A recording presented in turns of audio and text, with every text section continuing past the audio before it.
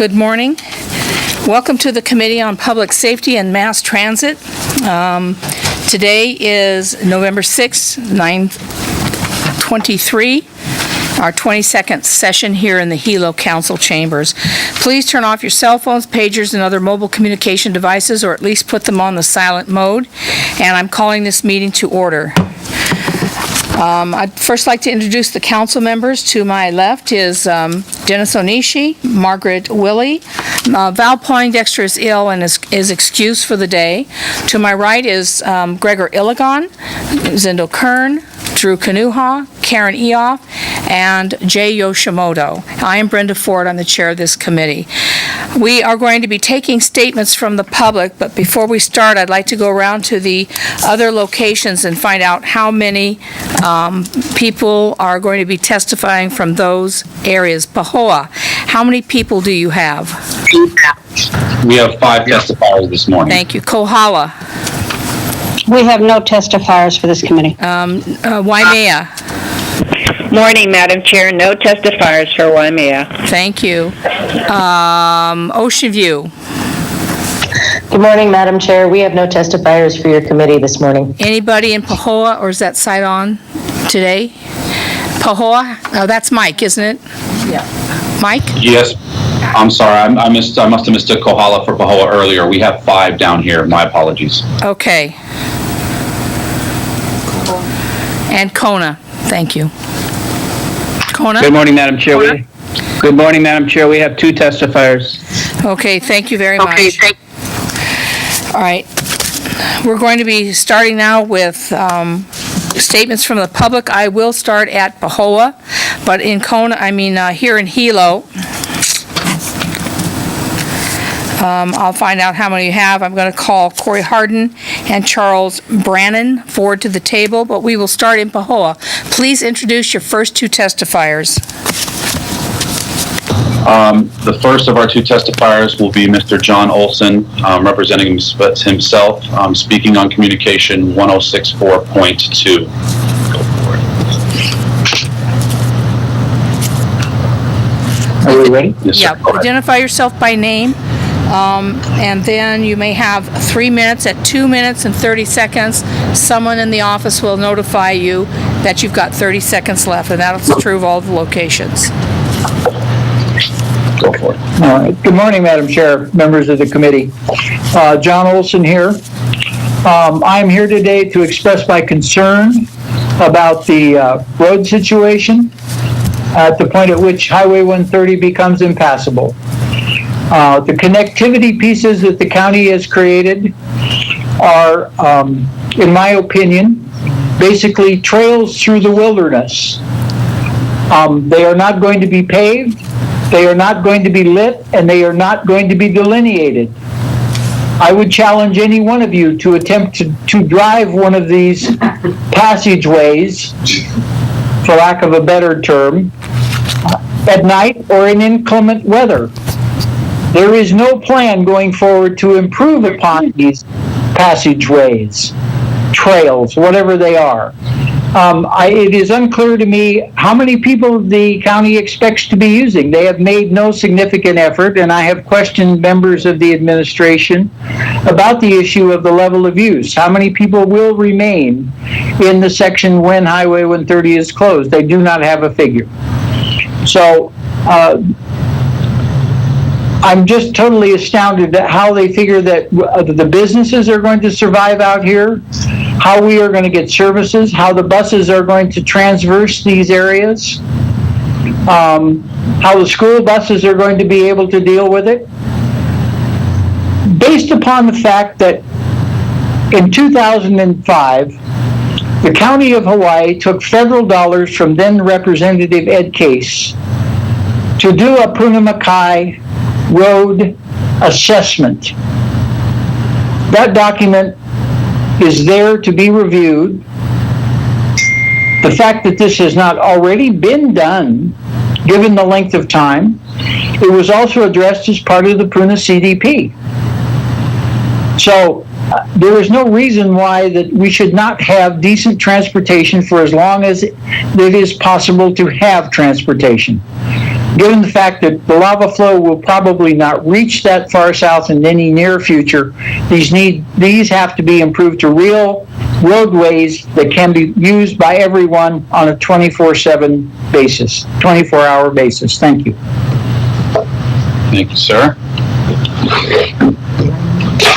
Our next testifier will be Ms. Joyce Valena, representing herself, speaking in support of Communication 1064.2 and Bill number 302. So if you'll please just let me know when you move to the next so I can restart your time. Okay. Whenever you're ready, go ahead. Okay, my name is Joyce Valena. I'm a resident of Puna. I've been here for almost 31 years to the day, November 18th, 1983. Thank you for the opportunity to speak to you today. Communication 1064.2. I'm going to have to echo Mr. John Olson's previous statements of a few minutes ago. We appreciate the fact that the county is providing an alternate road in, Railroad Avenue. But we have misgivings of how we're going to traverse this with all the traffic that will be flowing from Pahoa outwards and back to Pahoa. It's going to be kind of scary. I also understand that you don't want to put a lot of money into that particular roadway right now because we don't know which way Pelly's going to go. That's understandable. However, I think further discussion is necessary concerning this communication, and that conversation should include public works and civil defense. Again, we appreciate everything civil defense is doing for us. We feel that the civil defense director is working overtime, and we hope he gets enough sleep.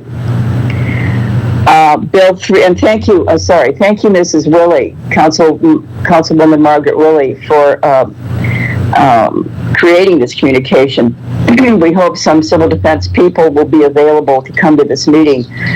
All of them are working tremendously hard right now with additional volunteers. Bill 302, I'm in complete support of Bill 302. Thank you for bringing this forward. I think Mr. Kanuha introduced this bill. E-cigarettes, cigarettes, regular cigarettes, tobacco smoking, whatever it is. For many reasons, I feel that this activity should be prohibited from county parks. Not only the toxicity created by the users of these various articles of tobacco, but also the fact that the youth is walking around and youth are walking around watching these people use e-cigarettes, and they're thinking, well, that's not so bad. I can use this instead of a cigarette. Well, it is bad. I'm among the people who experienced 2 deaths in my family from cigarette smoking.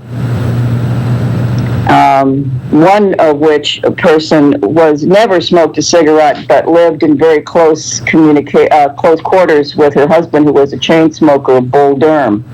If you remember Bull Durham, it's a roll your own bag of tobacco. So, thank you. I hope you pass Bill 302. I think it would be an advantage to this community. Thanks. That's it. Thank you, ma'am. Thank you. We'll go to Kona. Please introduce your first 2 testifiers. First testifier today is Joseph Sarabia in opposition of Bill 302. Our next one following him will be Ian Aoke in opposition of Bill 302 as well.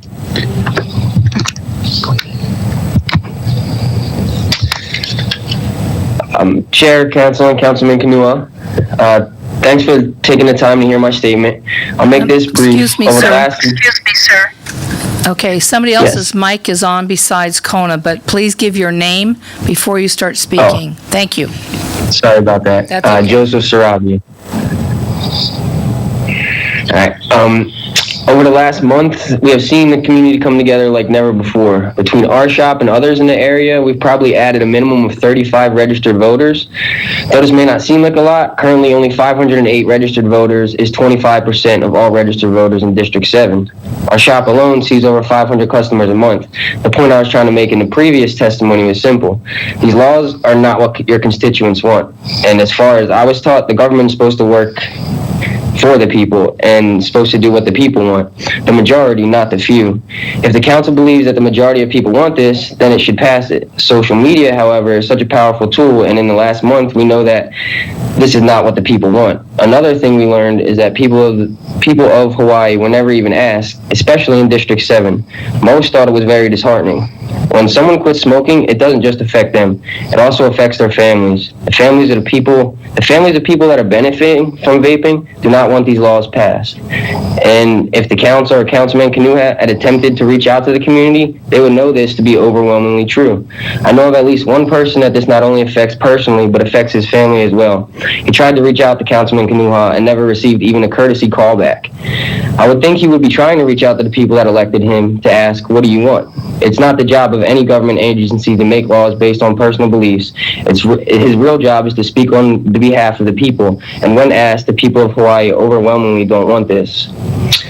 Some of the laws that have already passed should encompass more than what is already covered. For example, anyone can buy raw vegetable glycerin, which is 100% all natural, by walking into Walmart, Target, or Island Naturals, to just name a few.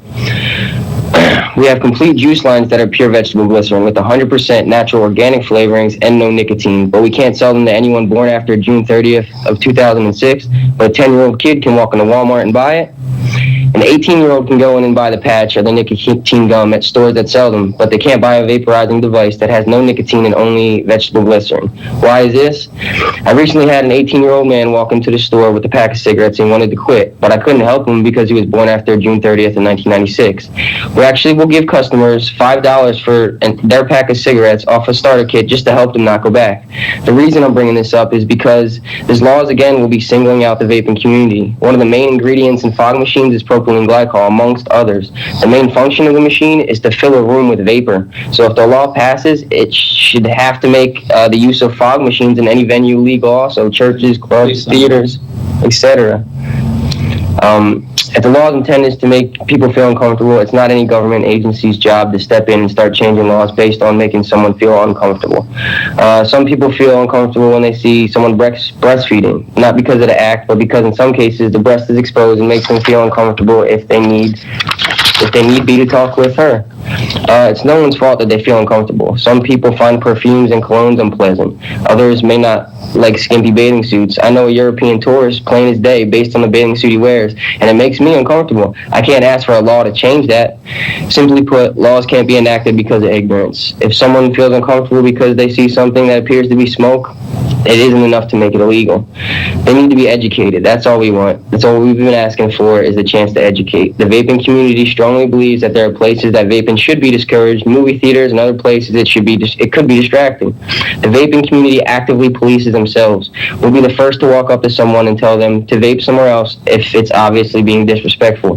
But when it comes down to it, it must be the business owner's choice whether to allow it or not. Oh, sorry about that. All right, next testifier. Go ahead, Ian. Good morning, guys. My name is Ian Aoki.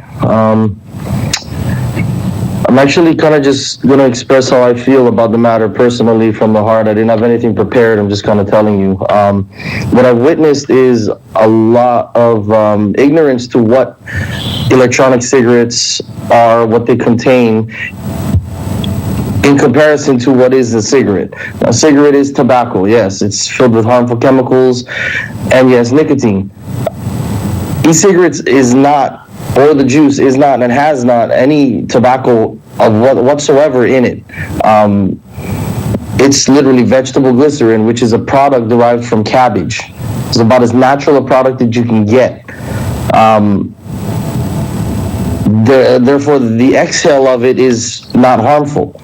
You guys want to ban it in public parks, beaches. I can understand the exhale of the smoke seeming kind of intimidating to somebody witnessing it.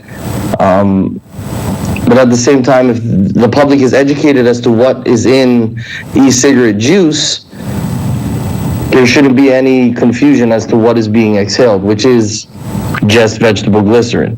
The same that you encounter when you go into a nightclub, into a bar, any kind of musical event.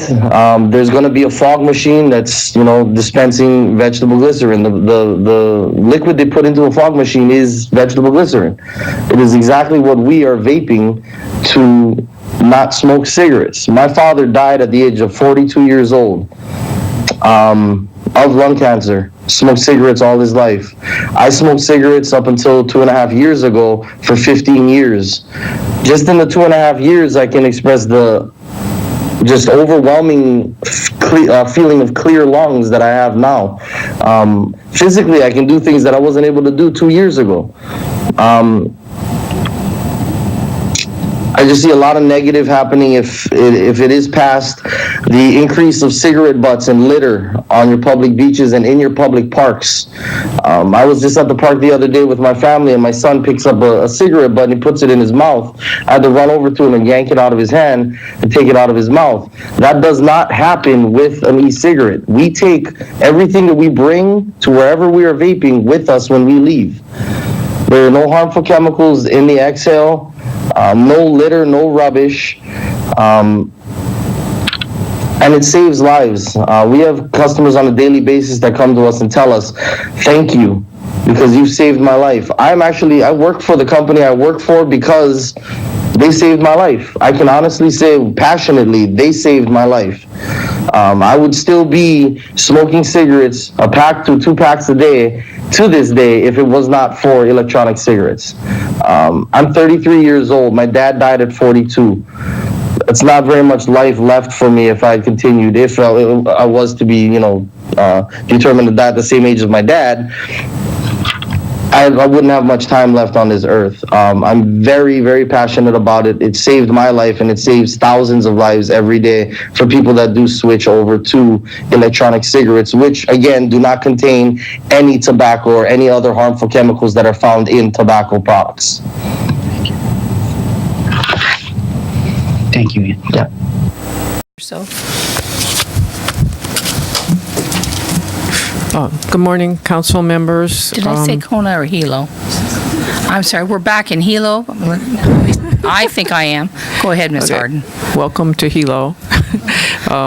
Good morning, Corey Harden, speaking for Sierra Club Mokuloa Group, commenting on communication 1064.2, the lava update. And I brought you copies of a letter that I brought last time we had a lava update. First of all, really 3 cheers for everyone with the county for the tremendous response to the lava emergency.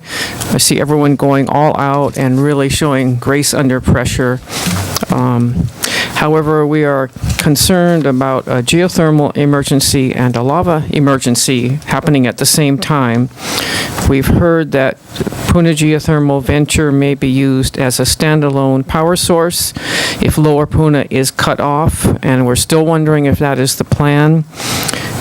We raised specific concerns with Mike Kalekini from PGV, and you can see his response on what I gave you is very brief and not too informative.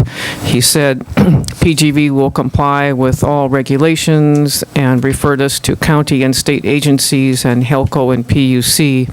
So we had very specific questions that were not answered, unfortunately, by Mike. So, for instance, if there's an unplanned geothermal release while the roads are congested by a lava evacuation, what is the emergency plan?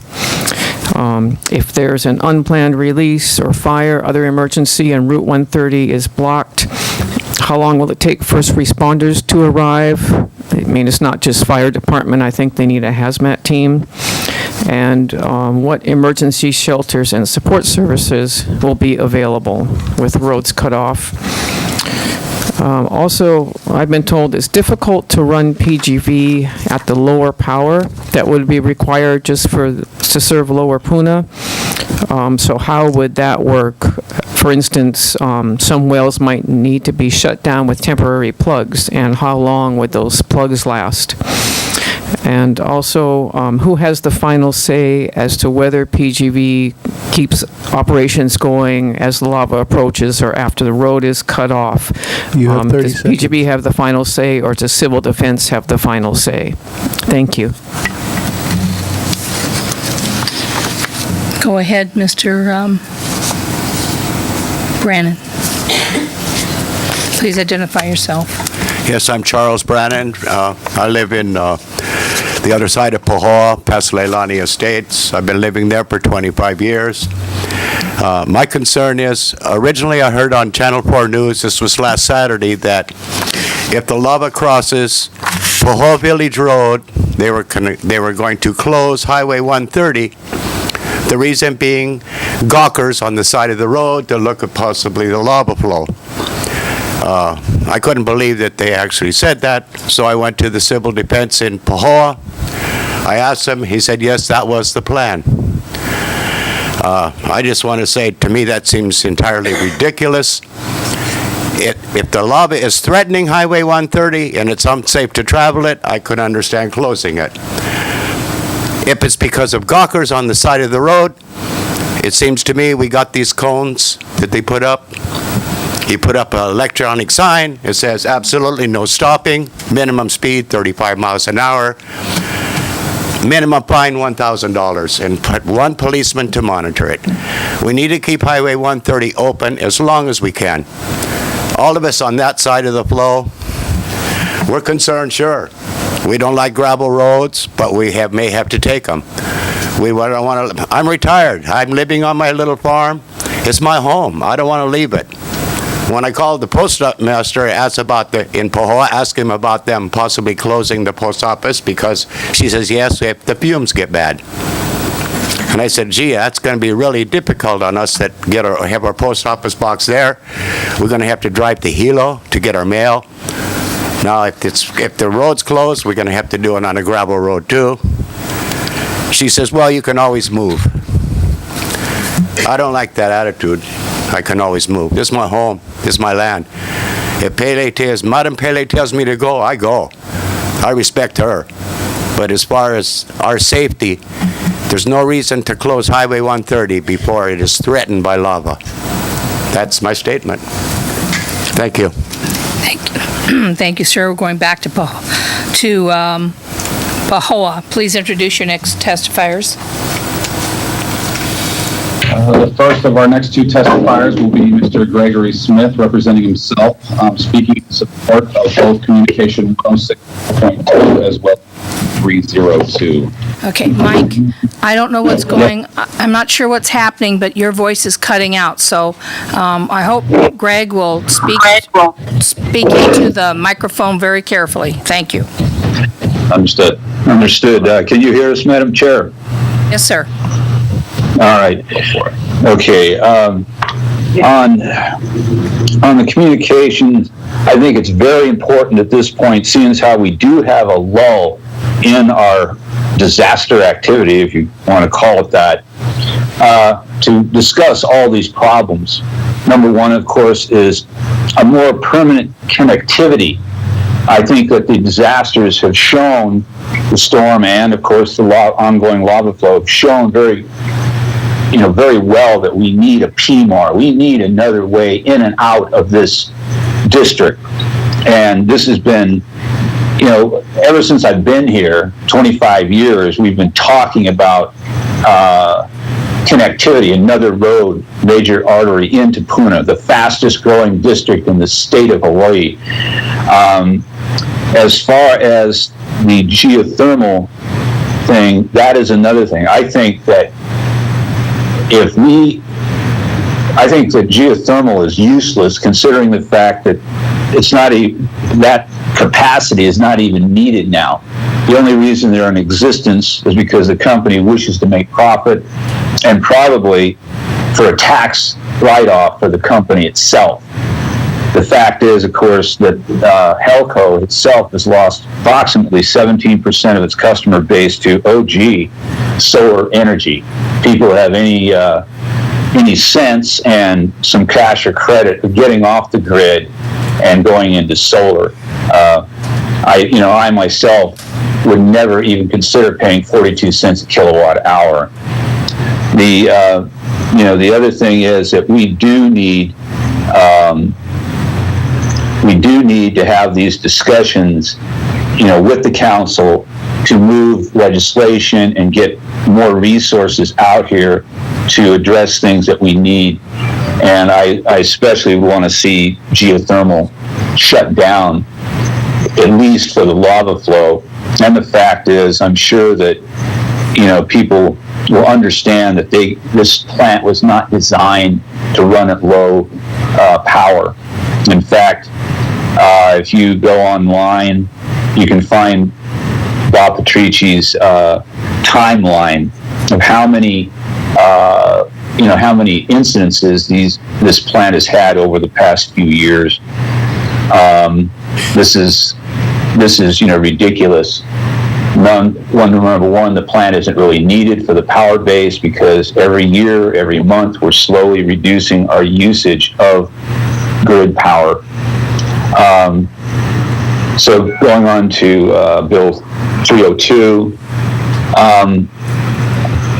the gentleman that testified before us here concerning their e-cigarettes, I would suggest to anybody, because I myself was a cigarette smoker, and I did have an addiction problem when I was younger, that you concentrate, instead of breathing in vapor, which is not particularly good for anybody, and breathing in smoke, which is or any type of particulate matter, work on your addiction problem. Again, a comment was made by one of the women here, about his comment about the breast, being uncomfortable. Why don't you, suck somebody's breast? The question is, for these people that have these bad habits, is addiction. Mother's milk can be addictive, water can be addictive.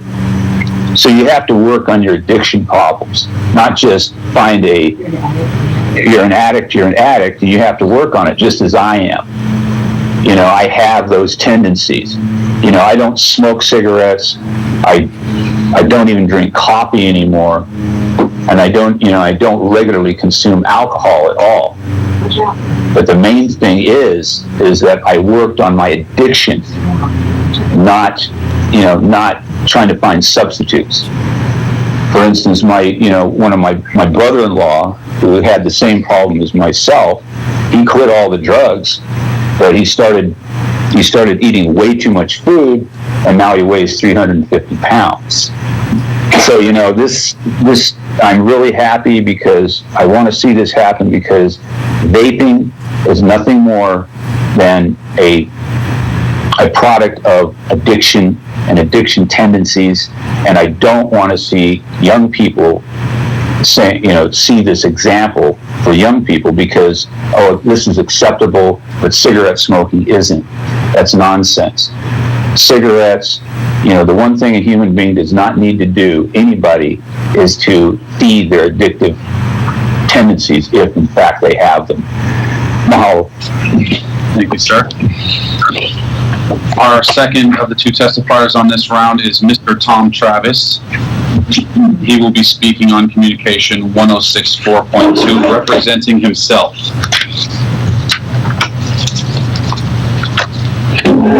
Good day, council. I am Tom Travis. I live on Papaya Farms Road, and will be on the south side of the flow if, in fact, the flow continues to the ocean.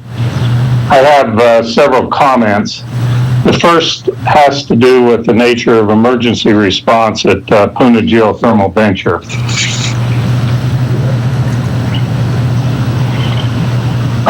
There are two levels of emergency plans. One is the county's plan, and one is the Puna Geothermal Venture Emergency Response Plan, which is a document required by the permitting process.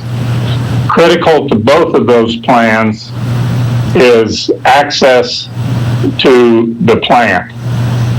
There's much discussion about the timeframes necessary to get hazmat and fire there, how the police will control the flow of traffic, and what's needed at the plant. Since that is a fundamental building block of the emergency response plan of Puna Geothermal Venture, road closures, especially Highway 130, will have a significant impact, often limiting access to the plant to a possible single route and definitely delaying the response time. I ask that we review the status of updating the PGV plans if Highway 130 is closed. I also ask that we review the update of county plans to address problems demonstrated on 7 August when Tropical Storm Azelle happened, problems with access that can only be exacerbated by closure of Highway 130. Also, I ask that a criteria be established to stop the state of emergency. Where the flow goes and when it will get there is unknown. As we can clearly see, as I remember it, Highway 130 was supposedly going to be closed sometime in September, and now it is entirely possible that it will be well after Christmas. We do not need help supervising who comes to our homes, preventing reasonable access for those that want to see the lava, closing roads with little or no justification except someone's paternal interest, and unreasonable restrictions on the press. I fully support use of the state of emergency when that is required, both in time and in importance. However, it is clear that we can't have a state of emergency perpetually there. I ask that we establish a criteria to stop the emergency powers. Thank you, sir. Thank you very much. We're returning to Hilo. Tim Michael and Shelley Ogata, please come forward. And could we get June Conant and Layla Kealoha up here in the front rows to replace them? Mr. Michael, please press the bar at the base of the unit. That's good. Give your name. You've got up to 3 minutes. Good morning, Council. And if you're going to speak on more than one issue, you're just going to speak on 302. I'm just going to speak on 302. 1064 has gotten plenty of coverage, and everybody knows what's happening with that. First of all, I'd like to present a little over 1,000 signatures that were collected in the last 3 weeks, stopping to stop Bill 302. This is just on this side. I think Mr. Sarabia also has a stack of signatures on a petition the same way. Again, my name is Tim Michael. I was a smoker for 36 years. I quit smoking with the help of an e-cigarette. I walked into a shop one day, decided to try it. The next day I put down my pack of cigarettes and didn't pick it up again. I started out at high nicotine and I've been stepping down the entire time. The man in Pahoa was talking about addiction. Part of this addiction is a hand-to-mouth fetish. It's a hand-to-mouth thing. The patch doesn't take care of that. Gum doesn't take care of that. The thing that takes care of it, that took care of it for me and that's taking care of it for millions of people now, is the e-cigarette. I understand wanting to make some regulations. That totally makes sense. That totally makes sense. Oh, there you go. That totally makes sense to make regulations. Age regulations. I understand that completely. Regulations in your county buildings. I completely get that. That's your jurisdiction. Regulating in private businesses, I just don't see it. I don't understand where you're coming from. With cigarettes at the beach, that was a rubbish issue. When it was brought up, all of the discussion from the council itself was rubbish. They leave rubbish at the beaches. They leave rubbish in our parks. We don't leave rubbish. Yet you're trying to add us to the same bill.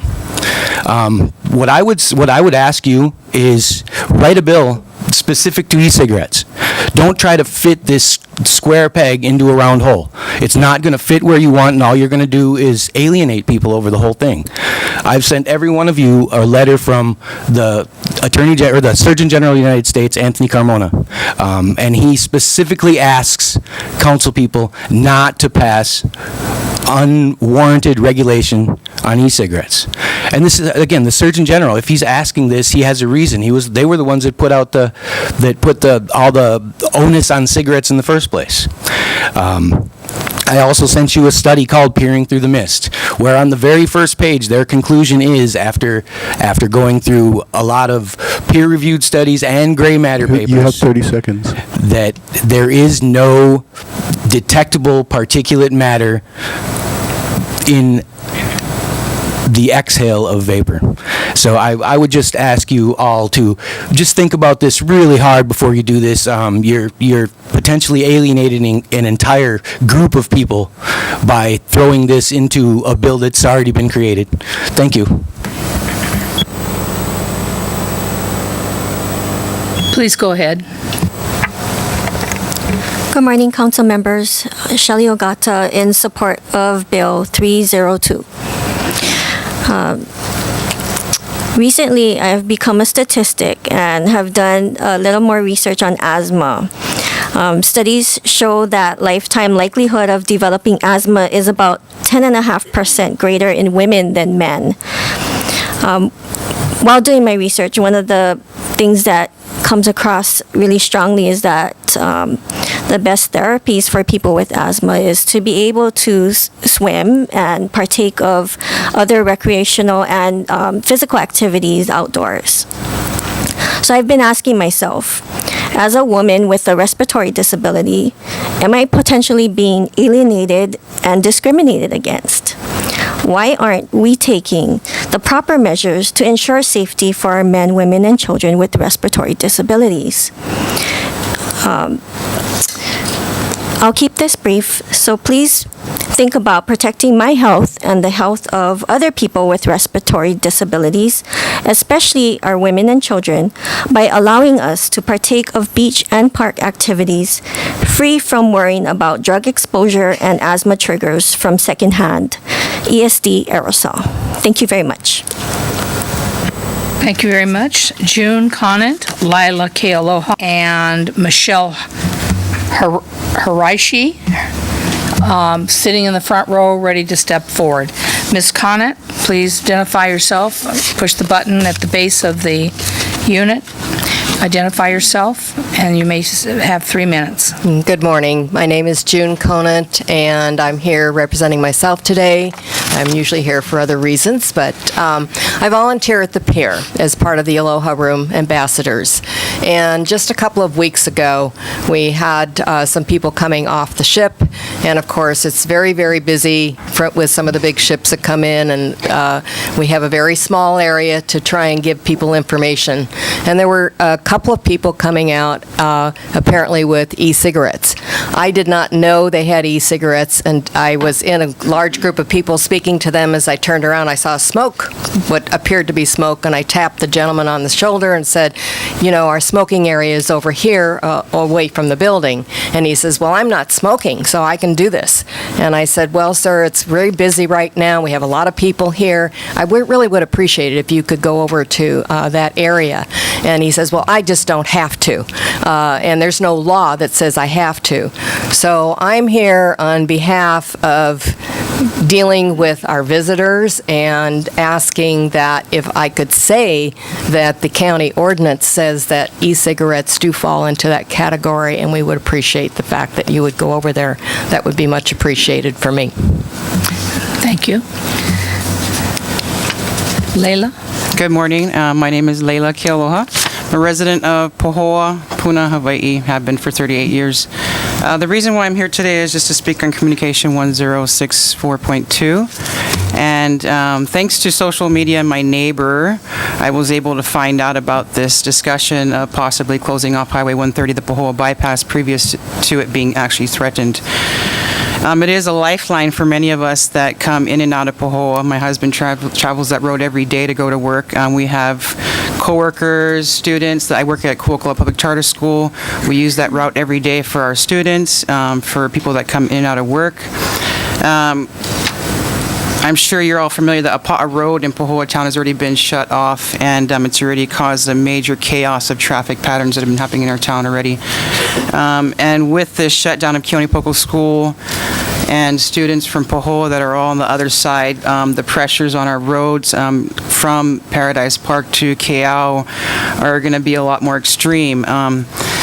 So I just want you to consider, if the matter comes forward to you, to please support not closing the road, previous to it actually having to be closed. And also, I just want to reiterate what John Olson had said earlier about looking at the access road through Railroad and really looking at how to better that road for us, because once it, and if and once it does become the actual access road we have to use to come in and out of Pohoa, it's going to be pretty tough for us. So just looking at how to better that, and then hopefully maybe there's a way to look at actually alleviating some of the extra pressure that's going to be going on through our roads from the Ainaloa to Keao area by possibly opening up that other section of railroad that goes into Keao and leading into the Hilo area. So I just want to say thank you very much for all your hard work and in the support of our community with all that's been going on. It's just really, when I hear things like this, it's really challenging because we're already living in a very uncertain world each day, unsure of what's going to happen. We're kind of in a, take a breath right now because she stopped, and, Pele's stopped, and we're just, waiting to see what happens. But when I hear things about our bypass getting shut off, it's like, what? You're kidding me. So I just want to encourage you to really consider the needs of the residents in the area and to just keep it open for us as long as we can. Thank you very much. Thank you. Makani Gregg and Michelle Hiraishi, followed by Hannah Hedrick up here in the front row, and Begler Yagazarian? Okay. I'll let you clean that up for me. All right. Makani Gregg, please go ahead. Please give your name. Aloha. My name is Makani Gregg. I live in Pohoa. And I just wanted here to support to Layla and what John said earlier is that you have to really consider not closing the bypass before you need to, because I use that road. My other half uses that road for work, and it would just be humbug just to shut it off before we even need to. And that's all. Thank you very much. Michelle? Aloha and good morning. Excuse me, my name is Michelle Hiraishi, and I'm Executive Director for Hui Malama Ola No'oiwi, which is Native Hawaiian Healthcare on Hawaii Island. I thank you folks for the opportunity to speak this morning, and I certainly thank you, Councilman Kanuha, for championing this Bill 302 that Hui Malama is very much in support of. It's a tough issue that you folks are facing. It's a very emotional issue, but I do remind you, as well as everyone that is has an opinion on this issue, that you are not banning electronic smoking devices. You are purely regulating where those electronic devices can be used. And every single day, Hui Malama Ola No'oiwi staff deal with the effects of smoking in one form or another in the form of cancer. Many of the staff that you will see here in the room today just to support this. We've heard this morning, and we've heard often, that electronic cigarettes don't necessarily have nicotine in them, that it's vegetable oil or vegetable juice, and how healthy it is. But what I remind you folks is we deal every day with that addict behavior and that smoking behavior. And what we're saying to our kids is exactly like the gentleman from Pohoa had mentioned. We're saying, don't smoke. Smoking is bad. It gives you cancer. It can kill you. It's stinky. It costs money. Oh, but not these kind because they taste like lilikoi. Not these kind because they taste like vegetable. So we very much support that regulation to remind people that it's still smoking. And I myself was a smoker for 31 years. And in those 31 years, I tried to quit 1,000 times. And it was the 1,001 that I had to say exactly that. I have to look at my addict behavior. I have to look at my addiction and not use other crutches, whether it has nicotine or not, because I still am getting that hand-to-mouth kind of activity. It still is a smoking behavior. So we urge you very, very strongly to please lead the charge, as Hawaii County has done so frequently. a few weeks ago, I had the opportunity to go to the mainland to participate in a national conference for Asian American Pacific Islanders and Native Hawaiians. And in that group, it was all about advocacy for those individuals in things like tobacco cessation and how tobacco companies target those minority groups. And I was so proud to stand up in that forum that included people across the nation, including You have 30 seconds. Thank you, including from White House Initiative. To be able to stand up and say, do you know Hawaii County does not allow smoking of any kind in cars with a youngster? Do you know that Hawaii County leads the charge in stopping smoking in public parks and public facilities? And I was so proud to be able to say that that's what we do here, because we don't just talk about people's health. We really walk that talk. We enforce those rules across the board. So I really encourage you folks to please support Bill 302. Mahalo. Ms. Hiraishi. Hiraishi, yes. Yes, I'm sorry, I mispronounced your name. No worries. Yeah, thank you. Hannah Hedrick, followed by Begler Yegazarian. Okay, and then we want Quincy Lewis and Shayna, I think it's Shayna Ramos. Please come forward up to the front row. Okay, go ahead. You just turned your mic off. Oh. Okay, go ahead. My name is Hannah Hedrick, and I'm deeply grateful for this opportunity to testify before a council that's continuing the work of having the most progressive tobacco-free legislation in the nation. No other municipality and no other county has more progressive legislation than we do. I have been a tobacco-free advocate for more than 50 years, longer than many of you are old. I have a picture of me with a Surgeon General, C. Everett Koop, taken about 35 years ago when I had an afro, and we worked very strongly. I was working for the American Medical Association at that time. We worked very strongly, of course, as you know, on a tobacco advocacy, tobacco-free advocacy. I was surprised to hear a comment that any Surgeon General is advocating that e-cigarettes not be included, because I don't think that that would be what Julius Richmond and other Surgeon Generals had in mind. I am concerned that we will allow appeals to personal freedom to weaken our successful education and support programs. Thanks to the council for all the old posters and new posters that we now have related to all of our legislation. But how are we going to handle it if we're excluding electronic smoking devices? Will those posters have to be redone saying, except for electronic smoking devices? So I've written to each of you individually, and I've written to this committee expressing my concerns primarily about the impact on youth, which has been expressed by others as well. And that is, if they see the use of electronic cigarettes, if it's permitted at beaches, that sends a message that I think subtracts from our public health responsibilities. So I really implore you to pass this bill, not waiting for more morbidity and mortality information about the dangers of exposure to electronic smoking devices, but understanding the clear and present danger from testimony here. My father died at the age of 54 when I was 19 years old, begging to die from tobacco-related cancers. And please do everything you can to protect the youth and residents of this county so that that pattern does not repeat itself. Thank you.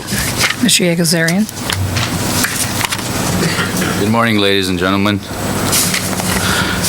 My name is Beglar Yegazarian. I am the owner of Vapor Bar located in downtown Hilo. First off, I want to make sure very clear that I have a very strong stance against tobacco and tobacco-like products. I hate that this up-and-coming industry is being compared to cigarettes and tobacco products. It upsets me immensely when vaporizers get a bad reputation when they are the very thing that my customer says helps them quit smoking, cigarettes. Knowing that there are over 4,000 cancer-causing chemicals in cigarettes, my entire business model and mission is to help people like myself who have smoked cigarettes for years and change their life around by introducing them to a healthier alternative. That being said, I have successfully created a business environment where people can come together and support each other's struggle to adjusting to a healthier lifestyle. By passing this bill and banning the use of vaporizers and electronic cigarettes in locations like my place of the business, you would be taking away so much from so many people. You would be taking away our liberty, you would be taking away our health, and you would be taking away the only way we know how to help quit the nasty, harmful habit. Thank you for your time. Thank you for listening to my perspective, and thank you for taking the view into consideration, ladies and gentlemen. Thank you. Quincy Lewis, followed by Michelle Noelani Kai Taylor. So, Michelle, please come on up to the table. Those two will be followed by Sally Anchetta and Tammy McAllar. Mr. Lewis, please go ahead. Greetings, ladies and gentlemen of the council. My name is Quincy Lewis, and I'm here testifying against Bill 302. I'm not entirely opposing it. I just believe that the bill needs to be reworked and reworded. So, I was a smoker for over 10 years since I was in the military, and for about last year I quit smoking, and I just use a vaporizer. I don't even use it all the time, just whenever the need arises, and I guess that's it. Thank you very much, Mr. Lewis. Ms. Taylor. Yes, good morning. Good morning. Thank you for hearing us. Thank you for all you do. We really appreciate you. I'm here as a student, a Doctor of Pharmacy student at the University of Hawaii. My name is Michelle Noelani Kai Taylor. I am interested in this topic because I take health seriously, and I'm grateful that people were able to quit smoking by using this product called e-cigarettes. However, I see that that not disapproving the use of e-cigarettes can be equated to approving the use of e-cigarettes, and this could have a large impact on our youth. I ask that before the council approves something indirectly by not disapproving it, that they would allow time for some research to be done. There is some proof that this is harmful. Some e-cigarettes do contain chemicals that are harmful. But think about even those that are just supposedly just containing things that they claim to be unharmful, such as polyethylene glycol. How many of us go into a room and just inhale such an item? Are your lungs made for such items? So I would ask that the council consider this to be a dangerous item until it's proven to not be dangerous. And this could have a very huge impact on our youth to indirectly approve such an item. Thank you so much for your time. Thank you very much. Sally Anchetta, did she step out? She's, oh, correct, come right on up. And Tammy McAllar, followed by Jennifer Griffith. Come on up to the front row. Jessica Yamauchi, please come to the front row. Sally, please go ahead. Good morning. Sorry to interrupt you. I just wanted to point out, Madam Chair, that is there any testifiers in Pahoa? Well, according to my notes, no. Any of the other sites, did you get any additional testifiers? Yes, ma'am. In Pahoa, we have 2. Okay. As soon as that. None in Kohala. Any place else besides Pahoa have additional testifiers? No. Okay, we'll take these two over in Hilo. We will go to Pahoa after that and take those 2 testifiers. Thank you for waiting patiently. Go ahead. Good morning, Hawaii County Council members and Chair Ford. Thank you for the opportunity to again testify in support of adding electronic smoking devices to our smoking laws that we already have in Hawaii County. First and foremost, this is an opportunity to have consistent and concise laws that are comprehensive and clear. So we know what are truly our public places and our workplaces that are smoke-free. And these electronic smoking devices just do not emanate the materials that have been spoken about today, but they're an aerosol. They contain benzene, cadmium, formaldehyde, isoprene, lead, nickel, and whoever is vaping or exhaling this aerosol, if you're standing next to them or sitting next to them, you are then inhaling all of these chemicals yourself. Bystanders breathe in the ESD vapor. We'd like you to join other municipalities across the country who have done exactly this, added the electronic smoking device to their already smoke-free workplaces. In Louisville City, Colorado, they added this unanimously, a vote of their county council, and they did this for several reasons. First, because of the potential health risk of the vapor, the possibility of law enforcement mistaking e-cigarettes for tobacco cigarettes, and most importantly, the undesired exposure to youth of behaviors that might encourage smoking. And how can that touch us? Well, locally, it's been touching us quite a bit. I've recently been speaking in front of high school students. I get to present every semester at YKI Health classes, 150 students, and I've spoken to 3 classes. Out of the 3 classes, there are about 90 students. No more than 6 have tried a traditional cigarette, but over 30 are already using an e-cigarette. If we allow this behavior to be used in our parks and beaches, we're doing just as what has been mentioned here, that we're saying this is safe and this is something we can do. But I don't want to just share my research, which we have tremendous amounts of today, but I want to share their voices. They were not able to get out of school today and speak, but you do have their testimony. It's been emailed to you. Nagahiro says, electronic smoking devices are bad for your health and should not be promoted in public where there are a lot of kids. Devin says, I think it's strange that people can smoke their electronic devices in places where tobacco is banned in Hawaii. These devices are still known as smoking tobacco products, so they should not be smoked where these are already banned. And Daisy's prohibited. And finally, we've been talking a lot about addiction. Excuse me, your time is now up. Oh, okay, thank you. Hang on. Thank you very much. Tammy McAller. Thank you. Good morning. Thank you very much for the opportunity to offer testimony in support of Hawaii County Bill 302. And I also want to thank you for your hard work, effort, and your patience in listening to everyone. I also want to urge you to keep the focus on what the bill is about, and that it is, the main topic is really integrating the use, the place where electronic smoking devices are used into the other smoke-free laws. There should be no question about supporting this bill. It's protecting the public's health, all of the public's. As a public health professional, I'm happy to know that the majority of the public on this island, and that's 85% of them, living in your districts, don't use ESDs or smoke. So the majority of people aren't smoking. Everyone, residents and visitors alike, deserves protection from harm. As our council members, please do your best to protect everyone without question.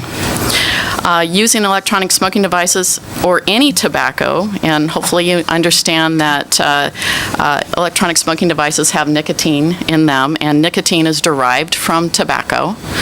But anyone using these, it's a person's choice. But inhaling the aerosol emitted by the exhalation from an ESD is not a choice for an innocent bystander. And this aerosol emits particles from that lodge deeply into the lungs of non-smokers. And when particles are causing this deeply in the lungs, it's very hard to do something about it once it's happened. As we know with menthol cigarettes, the cancer caused by those cigarettes is usually deeply in the lungs and inoperable.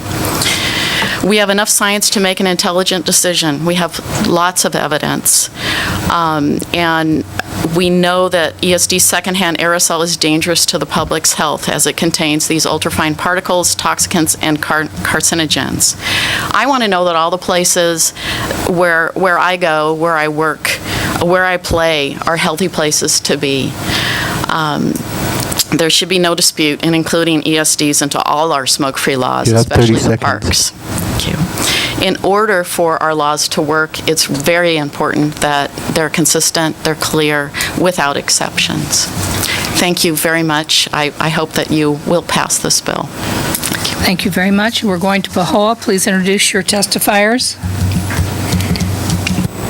Thank you, Madam Chair. Our first of the last two will be Ms. Toby Hazel, representing herself and seniors of Puna, speaking or commenting on Communication 106.4.2 as well as Bill number 302. All right, thank you. Good morning again. I'll try to stay completely on track.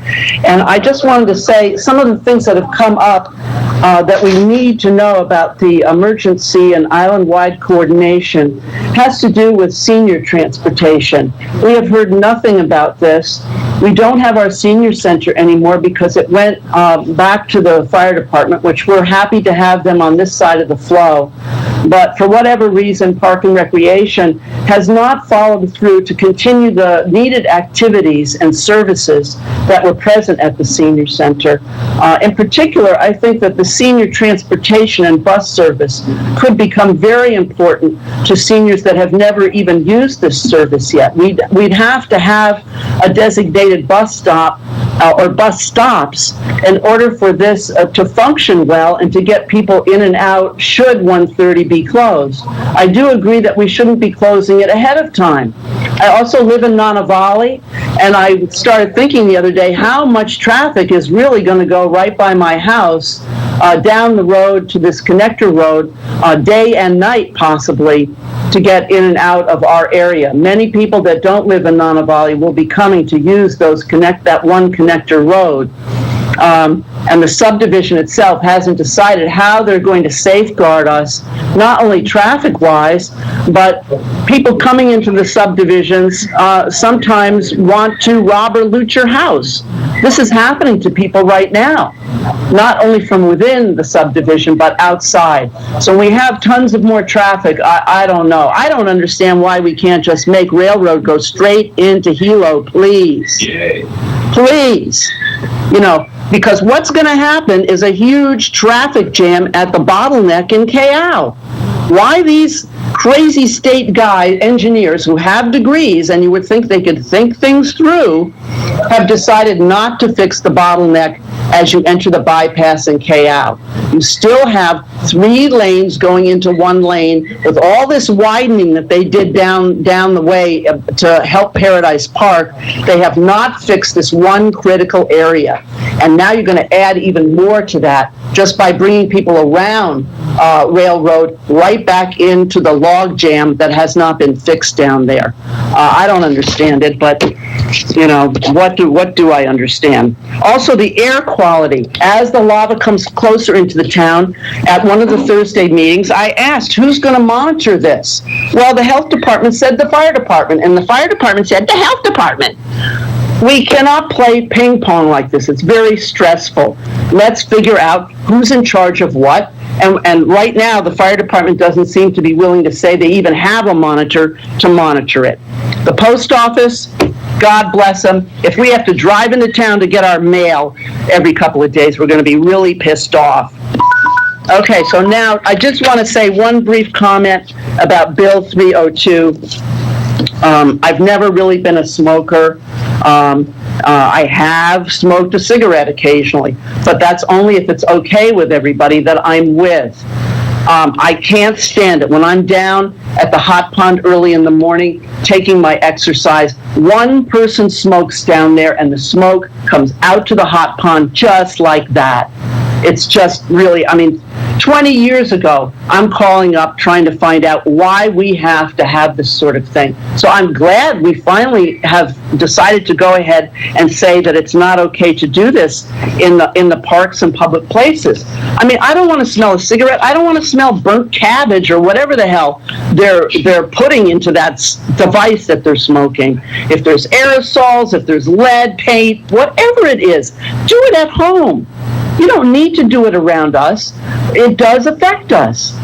And especially the woman that talked about asthma and breathing problems. I know more and more children have these problems because of all the environmental challenges right now. A lot more children have asthma. And I don't want it.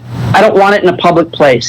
They can smoke in that guy's store. There's 90 million places they can smoke without bringing it into the parks or the other places that we need it to be clean there. So please close up the loopholes, and thank you for having the communication and having this bill present. Long overdue. Thank you very much. Thank you, ma'am. All right, so you should be our last. Yeah, that's okay. Our last testifier here in Pahoa will be Miss Katerina Colina. She's representing herself, and she'd like to speak in support of communication number 10642. Whenever you're ready. Aloha. So I would like to point out that we're not in kingdom, and this is, and Mayor Kanoi is not a king. What I'm talking about is emergency powers. We cannot have a situation where mayor can decide what is an emergency and keep it as long as he wants. So nobody's consulting Harry Kim, who had so many years of experience with Kalapana flow and managed to get tourists involved, press. Everybody was able to have, in a responsible way, access to lava. It's not an emergency, it's not flowing right now, or if it's flowing at a snail's pace. Another thing I want to talk about is emergency plan for PGV. Just yesterday, I don't know if you know, there was a pentane explosion. Oh. By the way, PGV is releasing 40 gallons of pentane a day into our community, every day. This is not clean, sustainable energy.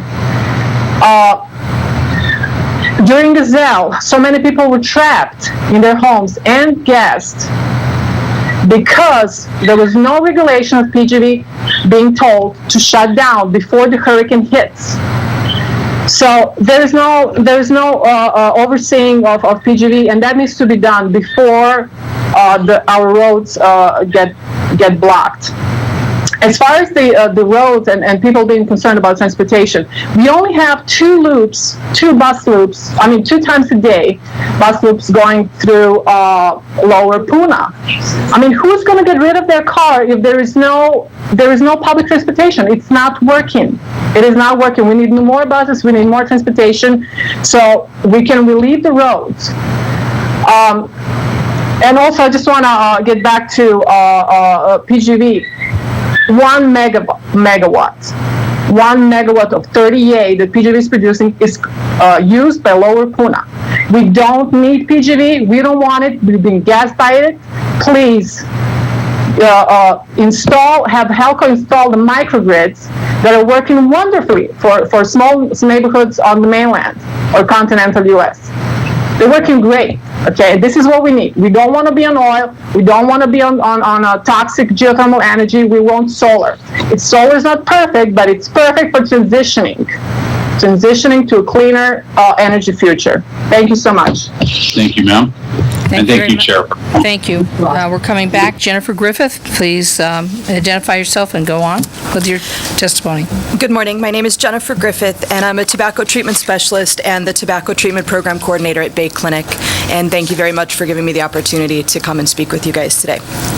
I'm definitely in support of Bill 302, and I have many concerns related to the use of electronic smoking devices in public. As a young child growing up in a non-smoking house, I was captivated by the cool factor that came along with cigarettes. As a child in the 70s, I could readily find candy bubblegum and candies that were made to initiate cigarette use. They mimicked the smoking behavior of our older peers and increased the behavior along with me and my brothers. My brothers also went on to the big league chew gum because they were both baseball fans, and we saw that as normalized behavior on television. One of my brothers became addicted to smokeless tobacco, and my youngest brother and I were both heavy smokers as I grew up. I'm a former 2-pack-a-day smoker for 23 years. I've been smoke-free for about 4.5 years, and currently I'm counseling patients on the south and east side of Hawaii Island on stopping smoking. We do know that there are definitely approved smoking cessation devices, including an inhaler that mimics the hand-to-mouth the habit that most people have when they're trying to stop smoking. So we do know there are regulated. The electronic cigarettes are not regulated, and that's a giant concern for us. We're also seeing electronic cigarettes in places that we haven't seen regular cigarettes in many, many years, such as TV, sports, and on camera. Just yesterday, I was at the health fair at Keala Elementary School, and I had the opportunity to talk with third graders about how they felt about smoking. When asked if they thought cigarette smoking was cool and okay, very few raised their hands, and even fewer raised their hands when they were asked if they were going to try cigarettes when they got older. When asked if they thought vaping and electronic cigarettes were cool, most of the kids raised their hands. Even more raised their hands when they were asked if they would try electronic cigarettes when they got older. The children said they would try them because the commercials told them they're safe, and that they see intermediate and high school students using them. When asked why they would not try cigarettes, they responded because they're smelly. And one child even said, well, they come in candy flavors, when asked why they were going to use electronic cigarettes. Without the research to back up the claim of safe vaping, it's teaching a new generation to use a product that can lead to addiction. This safe product assumption is only reinforced when it becomes commonplace and normalized to see the products being used where we have not seen cigarettes in many years. I vividly remember... You have 30 seconds. Okay. In my practice, I've had many clients come to me to try to stop smoking cigarettes who've also used ESDs, and many have gone back to regular cigarettes because there's something missing in the ESD or the sensation is not the same. I've also seen an increase the past several months of clients who come to us because they want to stop the ESD. The addiction to the nicotine is still there and is still very strong, and they need to find another way to stop it. The ESDs are not regulated. We do not know the amount of nicotine that's included in them to use them effectively as a cessation aid, and where we know that we have safe regulations. Thank you very much. Jessica Yamauchi. Good morning, Madam Chair, members of the council. Thank you very much. My name is Jessica Yamauchi. I'm the executive director for the Hawaii Public Health Institute, which houses the Coalition for Tobacco-Free Hawaii. We are in strong support of this bill, Hawaii County Bill 302. Air laws, which will really provide for further consistency and protections of our residents and visitors. Our organization is concerned about ESDs for several reasons, including secondhand aerosol, dual usage, and youth usage. Currently, ESDs are not regulated at any level. Excuse me just a moment. Hold our time for a second. Somebody's mic is open in one of the outlying areas. Would you shut down all of your mics? Thank you. Go ahead, give her a couple more seconds. Thank you. All right. ESDs do not just emit a harmless water vapor, as claimed by the industry. They produce a secondhand aerosol from ESDs that contain nicotine, ultrafine particles, and low levels of toxins. According to the World Health Organization, they recommend that legal steps should be taken to end use of e-cigarettes indoors in public and workplaces. Evidence suggests that exhaled e-cigarette aerosol increases the background air level of some toxins, nicotine, and particles. We are also very concerned about the trend of the youth use. As you've heard from several of the testifiers, we have really seen a decrease in use of cigarettes, but we're really seeing an increase of usage and experimentation with our youth and the e-cigarette products. They've been looked at as being very cool products. They're flavored. They get to advertise on television. And finally, we're also concerned about emerging research that really shows an increase in dual usage. So cigarette users who are not necessarily quitting their cigarettes, but using both cigarettes and e-cigarettes, because they can use their e-cigarettes everywhere that cigarettes are prohibited. And this is really something that the industry has been marketing their tool for. If you look at a lot of the commercials that air on television, it's about taking back your freedom. It's about being able to use these products where you can't use cigarettes. It's about skirting all of the laws that occurred around smoking cigarettes. And so that's something that they really are trying to capitalize on.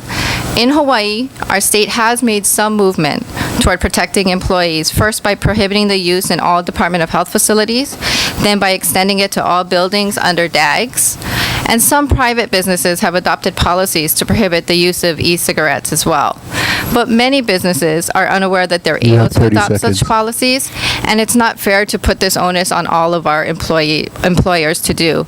We really need to take that step and protect all of the employees, and I think Hawaii County here has an opportunity to be the first in our state to pass this. More than 200 municipalities across the country have already done this, and so it would be a great step. I just wanted to make a point of context really quick, too, regarding the Surgeon General that was brought up. It is a former Surgeon General who actually joined the board of an e-cigarette company. Thank you. Thank you. Okay, we have one more testifier, and then we're going to take a break. Ms. Marks, please come forward. Please identify yourself. Good morning, Council. I'm Carrie Marks. I live in Kaumana City here on Hawaii Island. I will be brief. I'm speaking on both agenda items. The first one I want to speak on, though, is the banning e-cigs.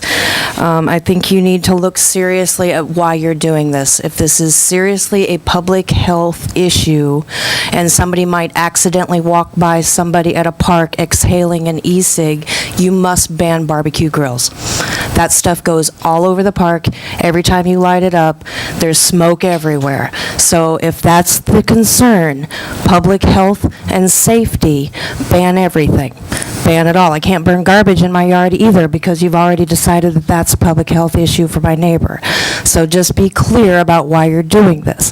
If this is in fact government overreach and a nanny state being put into place, then own it. Call it what it is and own it.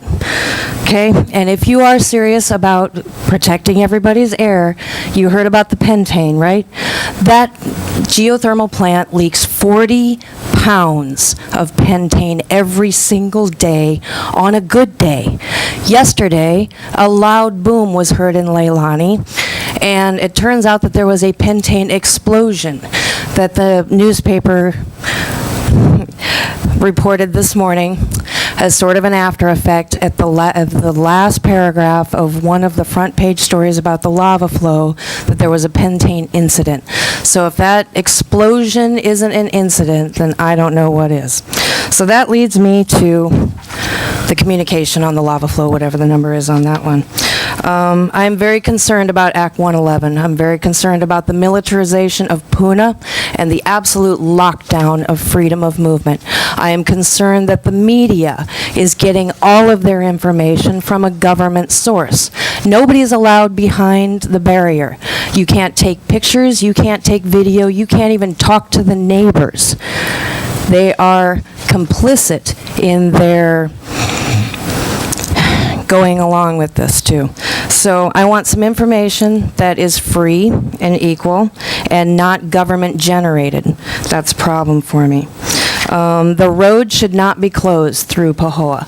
The reason it's closed is because one lane is entirely taken up by cinder that is protecting Pelco poles that go to PGV, because that's not just a distribution line, that is a transmission line. Okay? That line goes down and cemetery goes down, PGV goes down. So again, I just think everybody needs to be clear about what's really going on down in Puna. And even all of that is just guesses because nobody really knows. Nobody's allowed behind the barrier. $20 million have been spent so far for roads that nobody wants to use. Everybody wants to help Puna. Everybody wants it to not be an island on an island. But can we please think seriously about how we're expending these funds? The mayor has been given a blank check by Act 111. Last year, we took $60,000 out of the geothermal asset fund to paint stripes on a road because we were running that short on the budget. $60K out of a mediation fund to paint stripes on a road. And now we're just bulldozing, bulldozing, bulldozing. Yes, everybody needs some answers. We need some bus routes. We need some services, all that kind of stuff. But we also need some non-government-ish and generated information.